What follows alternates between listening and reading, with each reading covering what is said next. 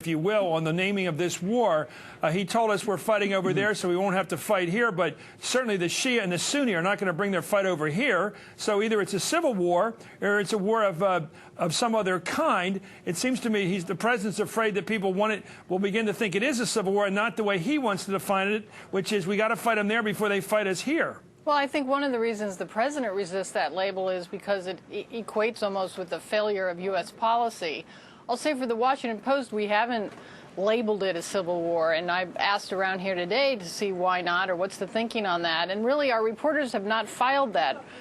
We try to avoid the labels, particularly when the elected government itself does not call its situation a civil war. Certainly, and I would agree with General McCaffrey on this, absolutely, the level of violence equals a civil war.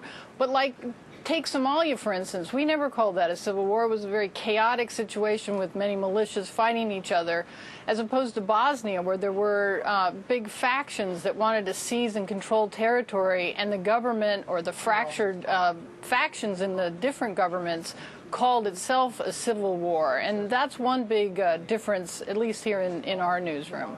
What did you call Lebanon?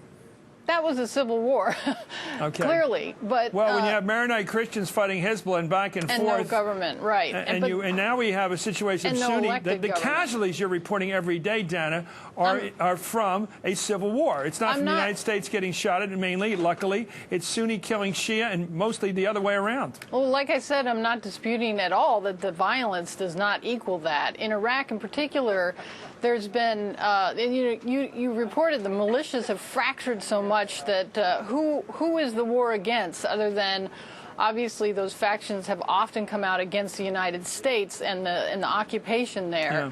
But not pro, we want this part of the country as ours. When that happens, it'll be, I think we'll reassess, when and if that happens, we would reassess the label. Well, let's talk about, General, what happens this week. The president's meeting with Maliki, the prime minister of that government over there.